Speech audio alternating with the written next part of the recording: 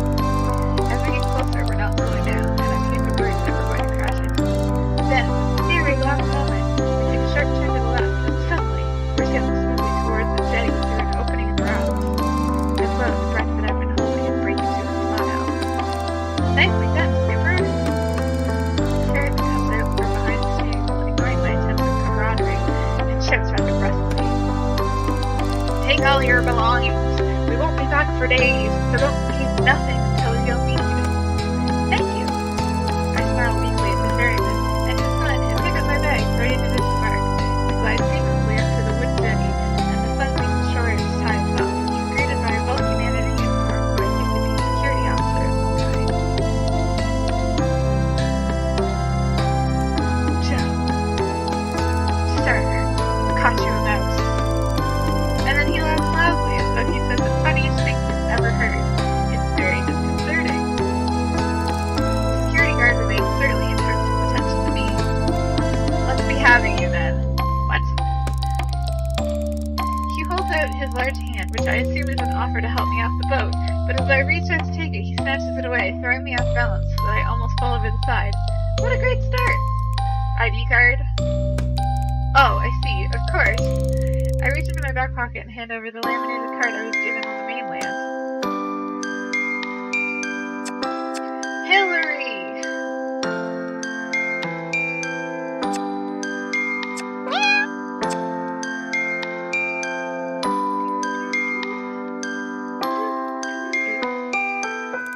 He barely looks at it before striding off, grunting over his shoulder. This way. I follow him down a dirt track path and get my first proper view of the island. It's beautiful, lush and green. All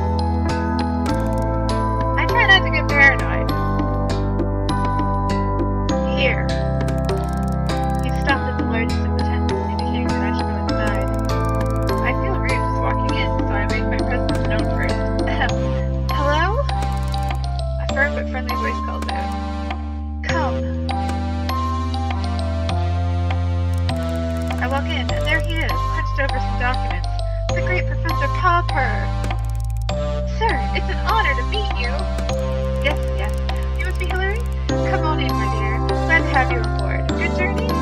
Well, long. Yes, indeed, but rather temptingly here. Let me offer you some refreshments. Water, coffee, something stronger perhaps? Whiskey?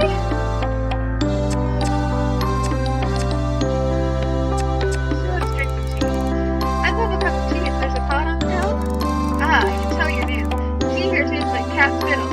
You really don't want to drink it. Of course you can have coffee from his canteen instead. It's a good thing I like coffee. You'll think you'll want to find your way around and discover how it all works. So for today, I thought I would just get you kitted out and maybe introduce you to some of the locals. The cats, that is. I believe you've already met most of the human locals. Oh? I've only been the ferryman and security guard who brought me here. Yes, that's about it. And the lady outside? Ah, Mrs. Marigold. Her and her husband are the caretakers. Wonderful couple of Marigolds. You'll meet them before too long. We're a tiny little family here, Hillary, and I'm sure you'll fit in nicely. Thank you, sir. I hope so. Okay, so first things first. This is your basic kit. He begins by through a pile of things on his desk, explaining each of them in turn. This is your backpack. You can put everything in it. Everything. We'll be going on plenty of field trips, so it'll be very useful. As will your own water bottle. Some disinfectant hand spray. Ah, these are heavy-duty reinforced gloves, which are essential when tagging cats out in the wild. Don't want any scratches from felines we don't know now, do we? I suppose not. I shoved each item into my new backpack as he gives them to me.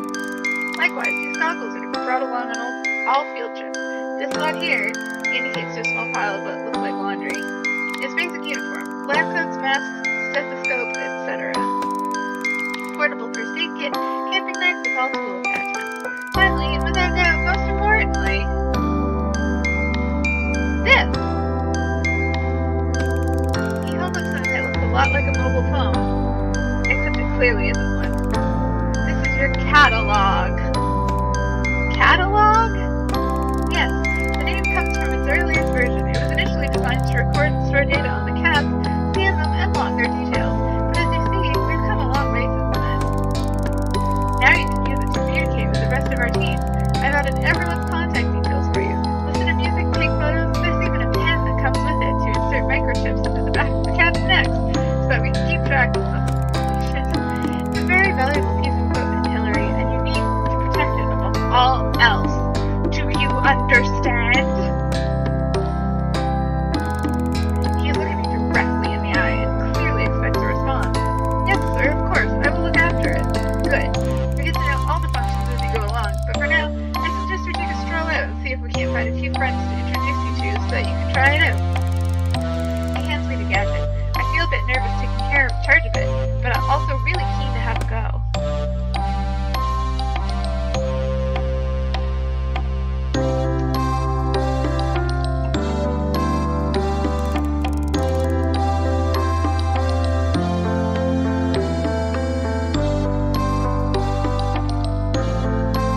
We head down to the beach. The professor explaining things as we go. The mixture of terrain on Cat Island is quite unique. Even in such a relatively small area, you'll find forests, mountains, jungle, beaches, woodland, all of these different geological and ecological zones in one place. It really is most remarkable. It certainly is. Even the lack of wildlife is, in itself, quite remarkable. What do you mean, Professor? Well, put simply, there's a type of force field that surrounds the island, just allowing anything to enter. You mean literally anything? Absolutely. No birds, fish, or creatures of any kind can penetrate it. Forgive my lack of intelligence on the subject, but, we're here? Professor lets out a disconcertingly loud laugh. Ah! I see what you mean! Well, there is, of course, one small break in this invisible wall, and that is where we built the jetty! So let's not get too bogged down in all this right now. What you do need to know is that basically the island is shaped like a peanut. He has picked up a nearby stick and draws a simple map in the sand. It looks like a peanut. This, our end of the island, is very well known to us now. We've been researching here for many years. The other end is not so familiar to us. We've encountered difficulties that have hindered our progress in the region. Ah!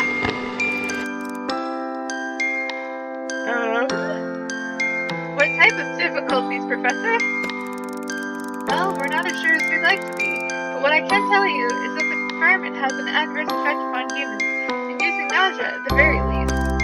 And at the worst? Fainting, migraines, possible nerve damage? Gosh, that is serious. As I say, it's best to keep away, but let's not get into all that now, my dear. You've had a long day. For now, let's just say that we refer to the far end of the island as the danger zone. Kenny Loggins plays in the distance, with good reason. I must ask you not to put yourself at risk by venturing beyond this mountain range here.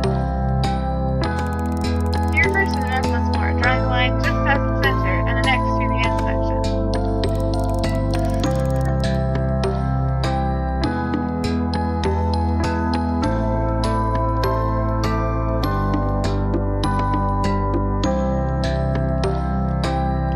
There are wild, aggressive cats out there. I wouldn't want you getting too close to them. Unlike our little three fellows closer to home. He had led me to a spot where a few cats are laughing about. What do you say we try out your catalog now, Hillary? He stoops down and picks up one of the animals, a disgruntled-looking cat, who is sleeping under the shade of a palm tree. Ah! The cat lifts its sleeves mule, but doesn't struggle. Its large body, billowing with long orange fur, just sort of hangs in the professor's arms with lazy resignation. Would you like to have a go at scanning this delightful chap? I find the on switch and somewhat timidly activate it. Ugh. The gadget immediately comes to artificial life, emitting a boop boop boop sound with a red pulsating light. I select the app-labeled cat fan. Oh my god. And it loads instantly. There's no delay on this thing. The professor holds the cat towards me with arms outstretched. I'm sure he said the scanning tip has been placed in his back of the neck somewhere, but it's difficult to find this one's neck amidst the thick cloud of fur. I blow to make a parting and press the catalog to its skin. It's a bit like scanning groceries in a supermarket where I used to work. That should do it. And he pops the marmalade Tom back into the shade.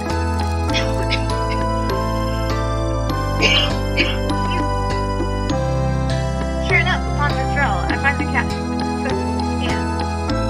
Floofy butt! Meow! Oh my god. Floofy butt. Name, Floofy butt. Gender, male. Age, 10 years, 4 months. Breed, red tabby Persian. Eye color, red? Amazing! Clever, isn't it? A large part of your job here will be to tag and scan the cats, such as Mr. Floofy Butt here, but it looks like you'll have no problems at all in that area. Excellent work, Hillary. Thank you, sir. I can't wait to get started. Well, why don't you get a bit more practice with the catalog and scan the rest of them while we're here? These five spend a lot of time together. They're like a little family, aren't you? Oh, yes, you are. Professor seems to be a genuine cat lover like me. I think we're gonna get on great. Okay, here goes. No help this time. The professor steps back. The first cat I approach is very friendly, with beautiful calico markings on it. It comes towards me, already purring. Meow. Trixie. Gender, female. Age, 3 years, 8 months. Breed, calico, American short hair. Eye color, green. Next is an elegant, sleek, hairless cat, sitting gracefully in the sun. She doesn't pay me much attention and allows me to scan her with minimal fuss.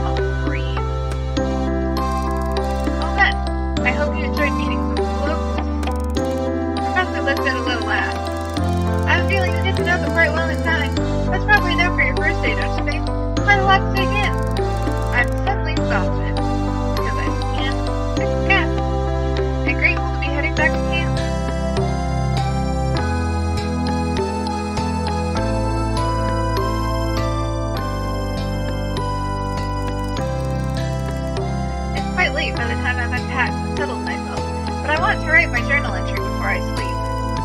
I'm surprised at how chilly it is. I have filled my sleeping bag right up to my chin, but I still feel goose pimples bloom over my arms.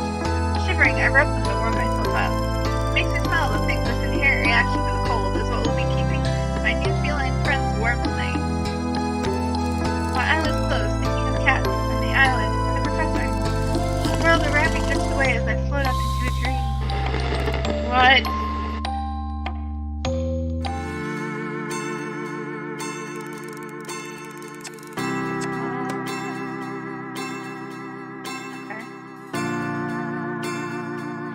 I'm not sure how long I've been asleep, but I wake up with a violent jolt that leaves me sitting bolt upright. It's too dark to see anything, but I hear a rustling and then a strange electronic noise. One that in my sleepy confusion I can't place right away.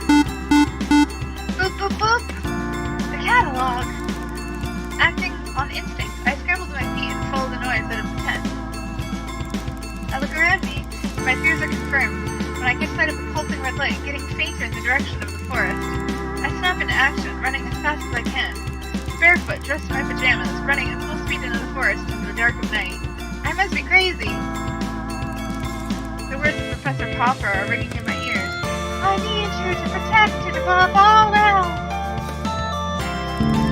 My legs are trembling beneath me. I stop, feeling my heart beat heavy through my body. I wheeze in and out, my breath billowing in front of me in white puffs.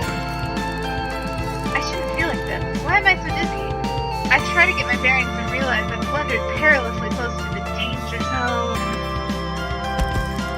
I can just make out the shapes of some large animals in front of me before my eyes close and I drop to my knees. Ah!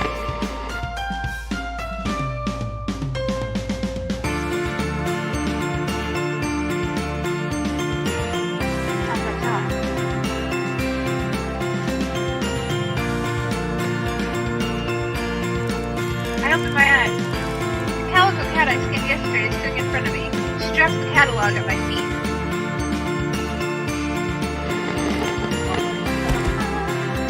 I pass out.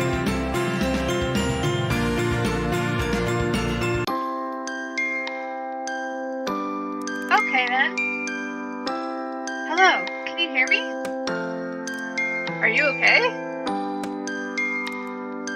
What is it? Don't be ridiculous, Kibbles. It's a human! Oh, yeah. Yuck. I can smell it now. Smells like a human. Oh, do be quiet. Are they alive?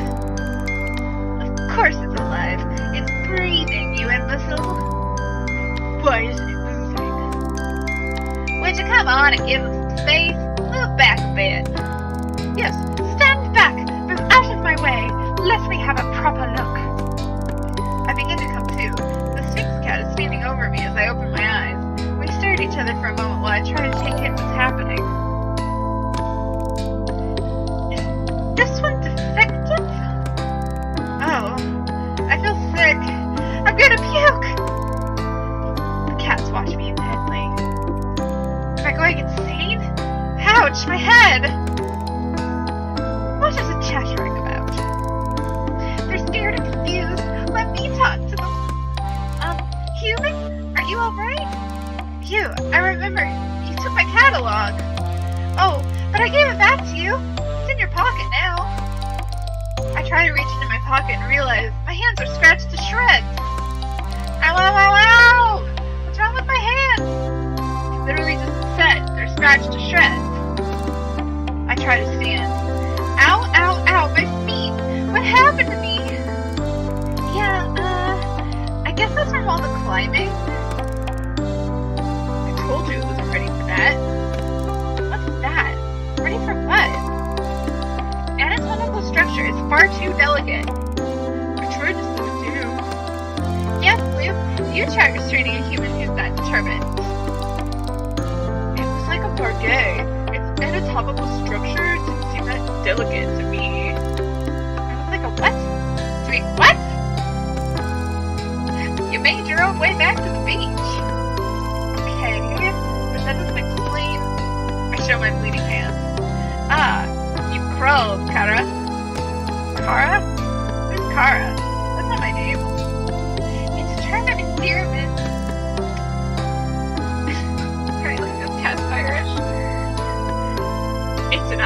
saying he's not gonna be Irish. It's inappropriate. Wait, I crawled? You sure did? Like a cat? Yup. All the way from the mountains? Like a bleeding mountain lion. Impressive. But why? Because you got the sickness. Shh. Maybe you should sit down, human. We need to have a talk. Possibly a long talk. Talk? Yes, that's right. Since when can cats talk? Oh, for goodness sakes, since the dawn of time, how else do you think we communicate? Oh, stop splitting whiskers, Major. You know full well what the human is saying. I think the revelation here, Kara, is that you can understand us. Yes, I do. Will someone please explain what the hell is going on here? Well, we don't fully understand everything ourselves. At least, not all the details of how this works. I think being stood in a forest surrounded by a bunch of talking cats is about as much detail as anybody would want. I agree, and more to the point, we were rather hoping you would be able to help us. You're a scientist, after all. What we do know is that the clock started ticking for you. What do you mean? Well, there's no easy way to say this to you, Kara. You'll be terrified. I'll be what? Whether you help or not, you don't have a lot of time before... If I may... It would seem, and we are basing this on our experiences to date, that when a human manages to find themselves in what I believe you call the danger zone, they are vulnerable in ways that they previously were not. That is to say, you're screwed. You're not helping. Don't make me... Whoa, mountain lion. There will be no violence of any kind. Forgive me for being a bit panicked here. The vulnerability to which Snooty Booty was referring to is, simply put, if you are bitten or scratched by an elder cat within the danger zone, you will begin a process of change that will ultimately result in a full feline transition. Terrified. So basically, you're telling me I'm a werecat? I look down, and amongst the scratches on my right hand are two distinct puncture marks. The reality of my situation descends on me like a cold mist.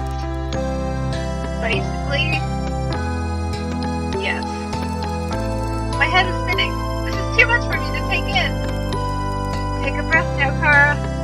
You're not looking so good. What? Have I started to change? I feel my head for ears, fur, everything seems to be normal. Oh. I just meant you're looking a bit shaky. Understandably so. I take a few deep, steady breaths and calm myself enough to say, okay, so why? How? What? Give me some data. What have you got so far? Look, we'll answer anything that we can, but the truth is, we have more questions than answers ourselves. So, you said you need my help. What exactly would that entail? Well, finding our friends would be a start. The cats on this island, they're going missing. We don't know what's happening to them, but the body count is rising, and we've hit a wall. A wall of ignorance, baby. Really, how many times do I have to tell you? The Muellers are to blame. Muellers? No, Floofy Butt. There is no need for name-calling. Speaking of name-calling, I'll remind you to call me Major, madam. Look, they can't help the way they are. It's lack of breeding, you know. Overbreeding, if you ask me. Again, Muellers? They're the elder cats, the island originals. They can't speak the way we can, hence the derogatory term, Muellers.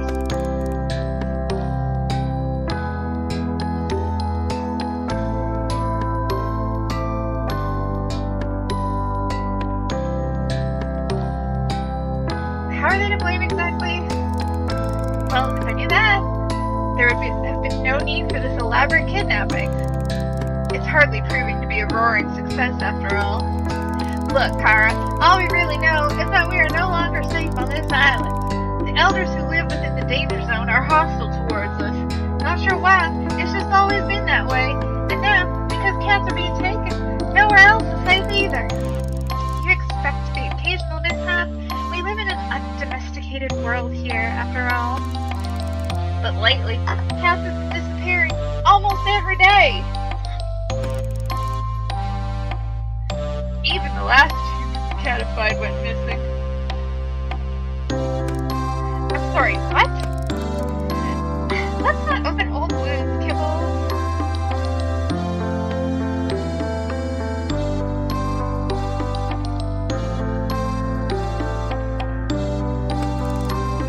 Yes, onwards and upwards. Well, first things first. This weird cat thing. Transition. Whatever. How does it work? Time passes, then you transform into a cat. Yeah. ... It's a gradual process. It's different for everyone, but you won't just turn overnight. The clock is ticking, however. The first side effect of the transition is being able to understand us. Well, some of us. Not the elders, obviously. Not all the domestics either. Then you have the heightened sense of space, the increased agility, the crazy body hair stuff. Let's not worry the human with all the details just yet. I assume there's an antidote. I'm afraid you're gonna be disappointed in that assumption. Hang on, you said there was someone else who'd put in this someone else who you'd put in this position?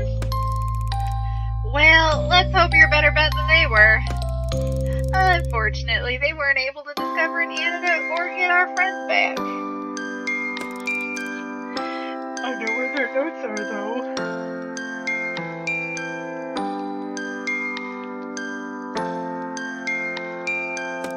Really? Right. Huh? You help us, and I'll give you their progress reports. So what do you say, Kara? Will you help us? I feel like if I don't help them, I'll die, so well, the kitties. Not much of a choice, really, is it? Afraid not. Okay, fine. So where do I start? Is there anything you can tell me that will help me track down your missing friends? Will no one listen to sense? Start with the Muellers, and I'll eat my hat if it doesn't end there, too. Don't mind him. He's set in his ways. We have every reason to believe the abductions take place in your part of the island. Yes, nowhere near the danger zone or the elders. Well, that doesn't make much sense. But I suppose nothing does around this place. My catalog starts beeping! Oh, my alarm! I have to get to work! You run along now. We don't want you arousing suspicion with your people. You can meet with us later. I'll make sure those reports are in your tent before this evening. Thanks, Kara. You're one in a million. I imagine the odds are far greater than that given your new health status. Go! And thanks from all of us. Oh my god. What the hell? What even? After a rather painful journey, I'm very grateful to finally live in a camp. I have just enough time to get myself tidied up for work, and I'm about to peel off my filthy pajamas when I hear my catalog beeping. I have a message, but I can't tell who it's from. It's not from any of the contacts that Professor Popper programmed into it. In fact, there's no contact information at all. Are you sure it is wise to trust everyone? Anyone? What on earth does that mean?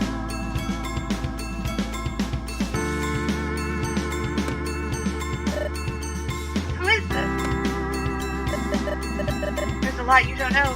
Think carefully about who you can confide in. Ah!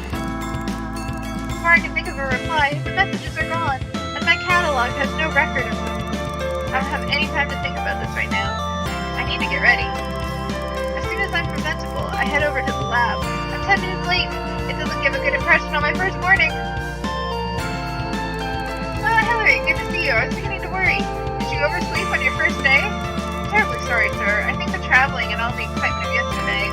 I take punctuality very seriously. He comes across my apologies. Not to worry, it's perfectly understandable. You'll find I'm quite relaxed about most things. As long as you get the work done, I don't much mind what hours you keep. Thank you, sir. So, shall we get started? My goodness! What on earth happened to you? Looking at the scratches all over my hands. Oh, I fell and tried to save myself by grabbing onto a bush. Not a secret drinker, are you, Hillary? Oh, no, sir. I'm a bit of a lightweight, to tell you the truth. Just teasing. We have to get those hands sorted out, though. They look pretty nasty to me. He goes to the tall metal cabinet in the corner and takes out a bottle and some cotton wool. He begins cleaning and tending to my hands while he talks. For today, I'd like you to help me with a few tasks around the lab to get the hang of things, but tomorrow I'll let you make your own choices about how best to carve up your time. Of course, you are primarily here to carry out your job as my research assistant. However, try to make the most of your time on the island. Once your work is completed, we'll be saying goodbye. This really is a once-in-a-lifetime opportunity. Don't waste it all in the lab. Naturally, I need your help around here, but I'd also like you to get your hands dirty with some field work.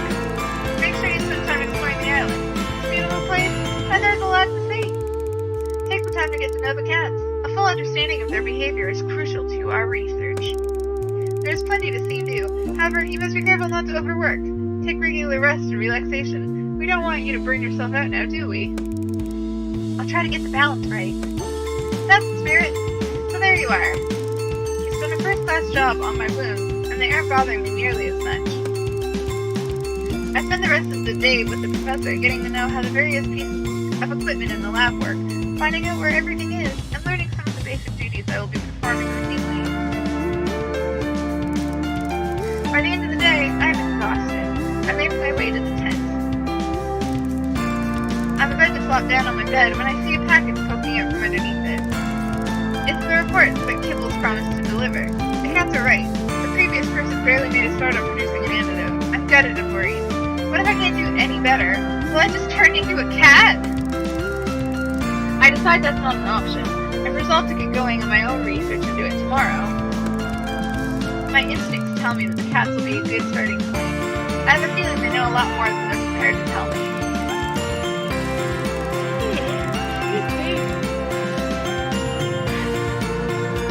I need to gain their trust and see if I can't get them to open up a bit. I'm sure I'll make more progress if I focus on one at a time. I'm optimistic that one-to-one sharing will prove useful. It's a small glimmer of hope.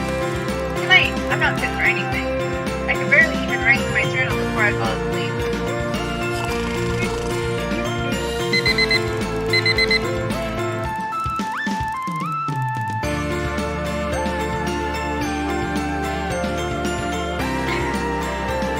Morning of waking up on the island. What?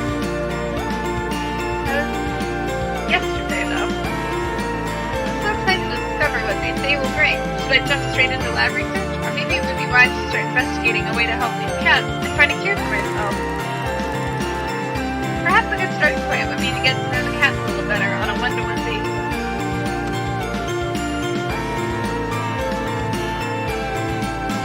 I got a new job!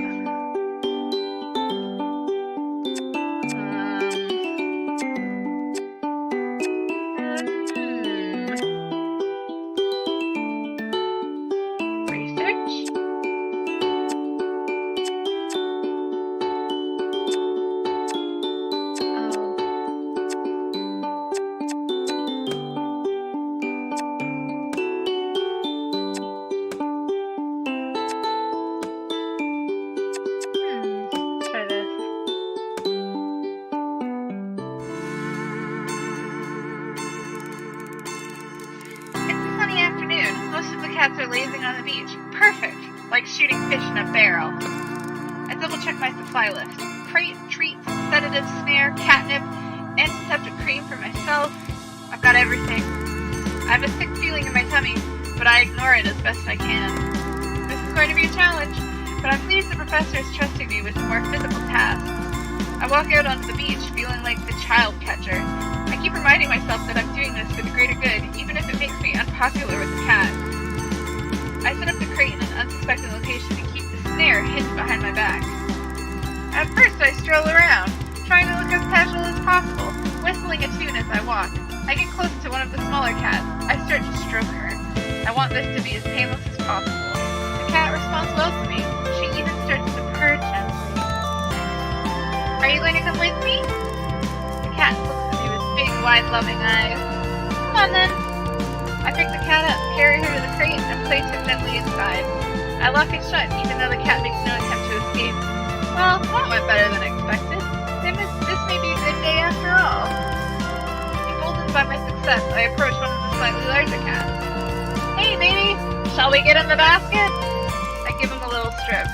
He doesn't respond badly, although he doesn't seem particularly interested either. I put my hands on either side of his body, ready to pick him up. He doesn't look happy about it and growls a warning at me.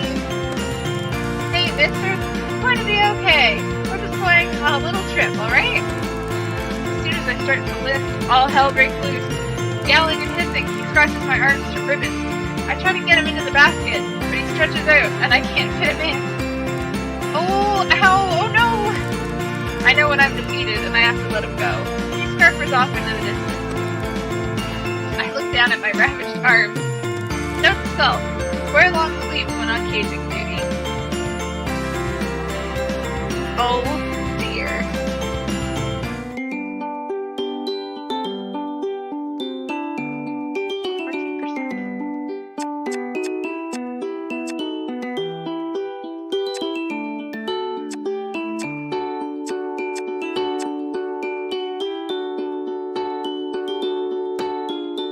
More research!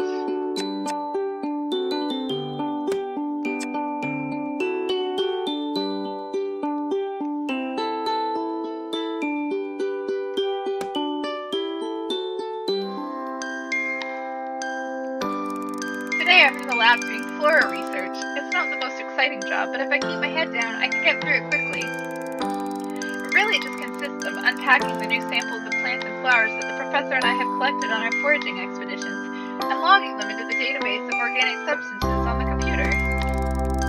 Most of them are commonplace plants that grow abundantly in the forest, but occasionally we come across something more rare, exotic even.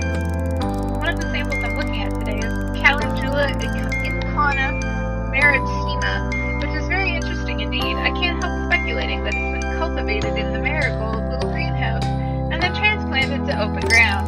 I'm distracted momentarily by the sound of clinking glass, and I turn to see the beautifully manicured paw of a sphinx cat tapping on a beaker, nudging it perilously close to the edge of the counter. Boots, stop that! You're not supposed to be in here! She laughs as though I've told a joke. That's a frightfully pretty flower, Calendula incana maritima, if I'm not mistaken. You never cease to amaze me, Boots. How on earth did you know that? Why, I make it my business to know all about rare and valuable works of art. Art? Why not? It has been created like a sculpture or a painting. Miracles are true artists in the garden. Ah, I wondered if they had something to do with this. It's so unusual, even in its natural swampy habitat. But to have it growing here in the forest is very out of the ordinary. Yes, its properties are extraordinary too, human. Well, I'm quite new to botanical science, so I probably don't know the half of it. Why don't you fill me in? Although I'm always happy to facilitate your learning, human, I simply can't stay here a moment longer. The air is so stale, don't you find? I ignore her sideways glance and upturned nose. Let's go to the beach and drink some coconut water, and I'll tell you everything you need to know. Snoot, I'm not going anywhere until I finish this. Don't be ridiculous. You can tinker about in here any time, but the sun will be gone in an hour or two. I'm not tinkering, this is my job. If I don't get it done, the professor will want to know why. Then explain to him you had better things to do. Snooty booty, I won't tell you again. If he fences you here, Hopper will cage you. Be careful with that flower, human. It doesn't do to inhale that fragrance too deeply. What? I turn to ask why and see her flounce out, knocking the beaker with a swish of her tail as she does. You did that on purpose! But she's gone, leaving me to clear up the broken glass. What is it? Why is the cat in disco? Oh wait, that's 2.8, not 28.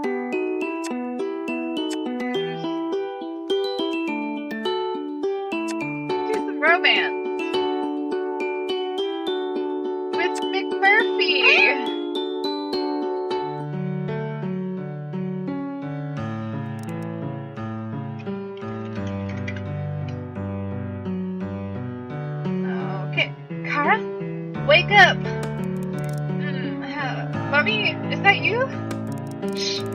right, Kara.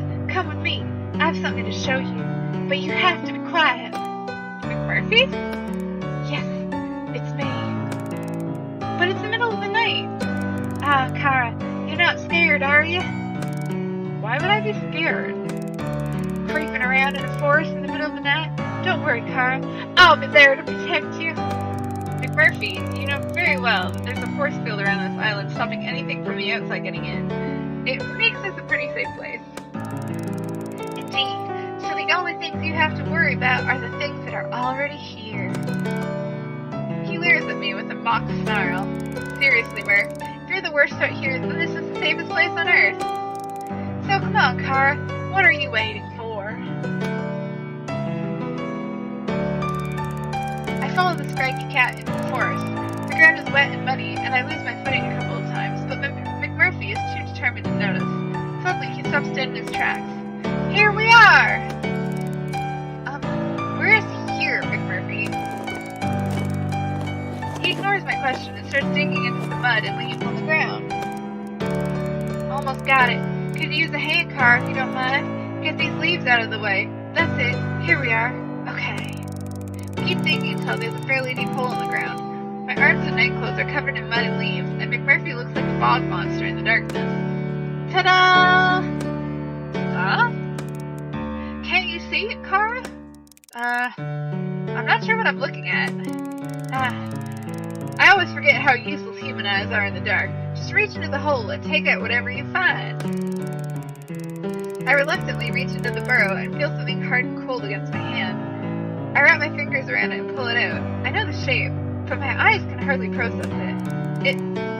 It's a bottle? That's right, Kara. This is my secret stash. No one knows about it, not a soul, but I thought I'd share it with you. Thought we could have a kind of welcome to the island party for two.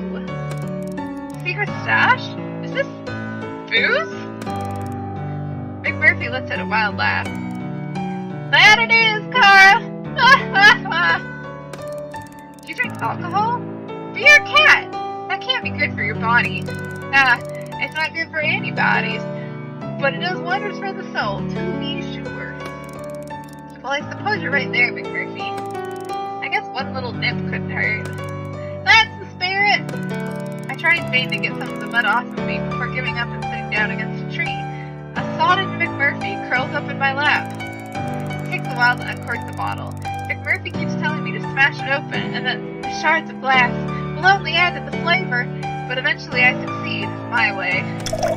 I pour a little out for McMurphy onto a leaf, and I self-consciously swing from the bottle, feeling a touch uncivilized. McMurphy, what in heaven's name is this? Now, don't worry about that, Kara. It's not about the taste, it's about the company. I hardly think I'm the type of person you'd usually hang around with. Well, I usually hang around with cats, and they're not exactly what you'd call my type. I respond by widening my eyes as I take another swig from the bottle. Somehow, it tastes less terrible the second time around. I find humans much more interesting. They usually have a lot to say, present company accepted. McMurphy winks at me with his huge green eyes, and I blush, trying desperately not to show how boring I feel compared to him. Don't take it harsh. I'm only joking, Kara. Murphy, I've been meaning to ask you something for a while now. Anything, Kara. Ask away. I'd love for us to get to know each other better. This Kara thing. You know my name is... The rest of my sentence is drowned out by McMurphy's howls of laughter. You make me laugh, Kara. You really do. I know exactly what your name is, Hillary. Kara is just it's like a pet name, you know? Kara means friend, buddy, amigo. It's something my mammy used to call people, and I guess it just stuck. It's one of the few things I remember about her, actually. That, and her beautiful smile. Hey, flash me your pearly whites. I smile at McMurphy, awkwardly. He bursts into fits of laughter again. That's a lovely smile, to be sure, but you need to grow into it yet. Could I have a top up over here? I don't know if I feel comfortable giving you more alcohol, McMurphy. I think you've had more than enough. In fact, I didn't even want to give you any in the first place. Did you not know that cats have 9 lives? What, waste them all on booze? And why not? Besides, the night is still young, and we've only just begun our conversation. Come on, Kara. We've a lot of chin wagging to do yet. Are you going to pour or not? I don't know. Okay. Part of me thinks I ought to be a responsible human here and cut off your alcohol supply, but I believe in a true democracy. Would you care to expand on that, and perhaps pour the drinks as you do? The true democratic principle that none shall have power over the people, cats, whatever.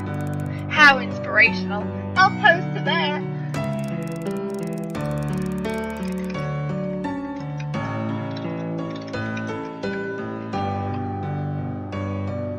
Alright, McMurphy, but on your head be it, for with the rejection of authority comes the responsibility for bearing the consequences of your actions. I poured some more of the suspect liquor into McMurphy's soggy leaf. I don't know how to say that. I don't know how things work in cat protocol, but in human terms, you are a very mature, very grown-up, adult, oh fiddlesticks. You're over a certain age, and as such can take responsibility for your own choices. I like it. Spoken like a true libertine. Well, I wouldn't go that far, but I can shake my tail when I feel the vibe. I can't believe I just said that. This stuff is stronger than it looks. My proverbial hat is off to you. I feel disproportionately pleased that Murph has paid me a compliment. Say, Gar, you ever been in love? McMurphy! That second leaf has gone straight to your head. The cat smiles slyly. I'm gonna take this as a yes. Are you still with them? Well, I was never technically with them to begin with. Ouch! Well, it's definitely their loss. Oh, I don't think so, McMurphy. We never actually met. You're not saying you're one of those, internet stalker types, are you? Them catfish that Kibble tells tales of? No! McMurphy! Gosh! It was Bowie, okay? I was in love with David Bowie. You know? Oh my god! McMurphy frowns and shakes his furry head. See, these eyes, so green. I could stare for 1,000 years. You know?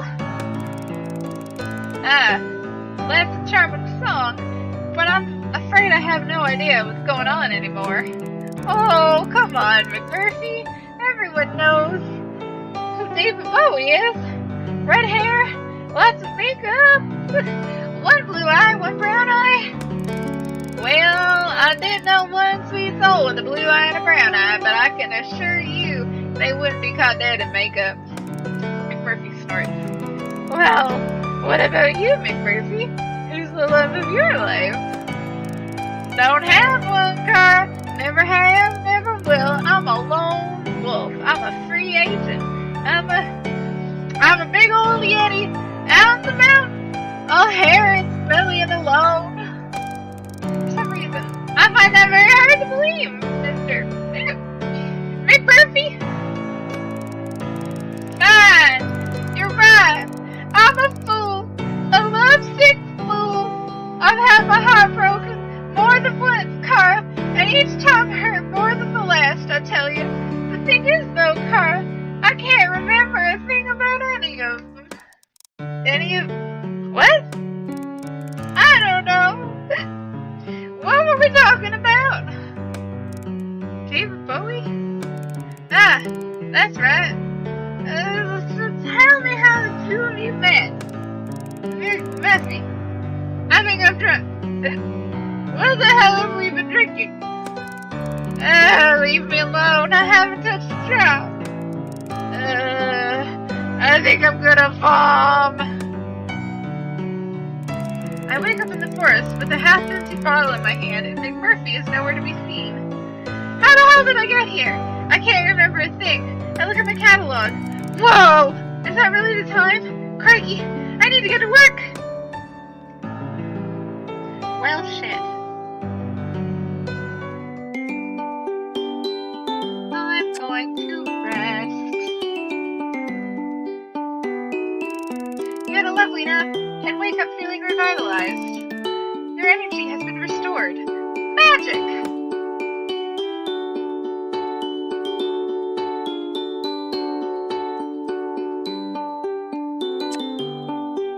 Oh my lord.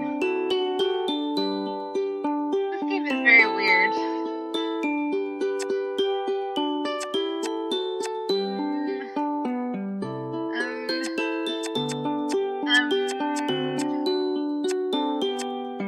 Do this one. Finish this. What? No! Okay, we don't want to finish that. Do recon.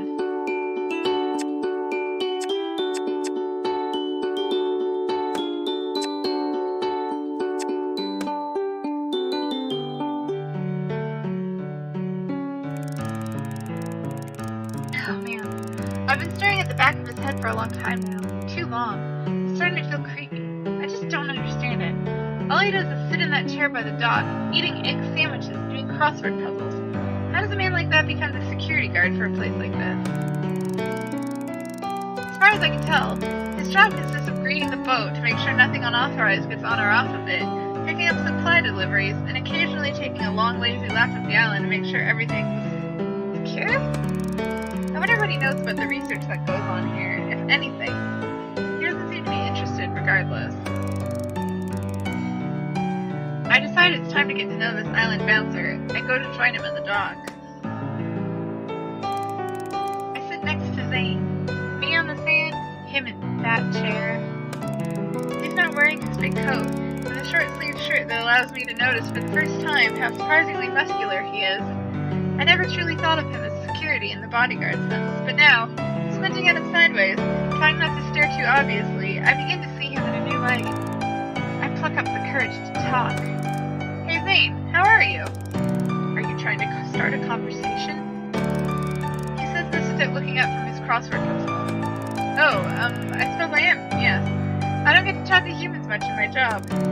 Research Assistant 125? He rolls the words out like he's reading them.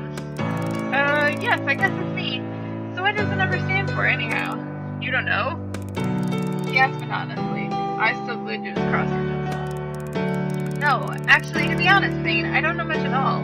There's a definite lack of intel sharing on this project. Which project would that be? This one. This whole research project that's going on. Is there more than one? Depends on who you ask. You. I was just asking you, really. I don't understand your job. I don't need to. I don't care about things I don't need to. What do you care about? Zane looks at me for the first time. You really want to talk, don't you? Well, there's not much else to do here. Besides, I'm interested in it all, aren't you? My interest consists of what's for dinner and when my next puzzle book's coming. When it's coming? You get it delivered? Comes with the mail. He's back to not looking at me again. The mail? You mean the parcels? And the letters, yeah. The letters? Who go to the trouble of sending mail all the way out here when we have emails? I laugh, but Zane looks very serious. It's safer sending mail the old-fashioned way. With email, there's viruses, hackers, worms, cyber terrorists. I get the feeling he's not very tech-savvy. Yeah, but anyone can open and read a letter, right? Not if I'm around. And besides, who would suspect that something important would be in a fragrant pink envelope? There's an awkward silence. Of course, being my usual socially inept self, I'm desperate to fill it. Need any help with that crossword? I'm pretty good. I can even do the cryptic puzzle in the Daily Inquirer.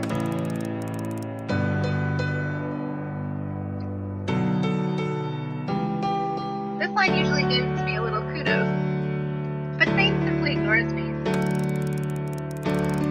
I decide to just come out and say what's on my mind. I mean, it can't make things more awkward than they already are. Zane, have you ever noticed anything strange going on here? Cats behaving weirdly? Zane suddenly looks up, his eyes looking straight at mine. Unwavering and hard. No. Have you? Well, not exactly, but but he's looking at me properly for the first time since we met. I've definitely captured his attention, but I'm too nervous to follow through. I'm just being silly. The lack of human company gives me daft ideas. Such as? He's still staring at me as though he's trying to read my mind. Sometimes, when I'm out tagging, I feel they're playing games on me, like children, hide and seek, that kind of thing. Some of those cats may be cleverer than any of us give them credit for. Now it's my turn to be intrigued. In what way? They know when to stay out of the sun. You're going pink. The moment, if there was one, is over. I decide maybe Zane is the best person to talk to about my concerns. Feeling unwanted and slightly dejected, I decide to head back to camp. I stand up and brush the sand off me. What's a 5-letter word for solitude? Alone? Zane silently scribbles in his book as I leave.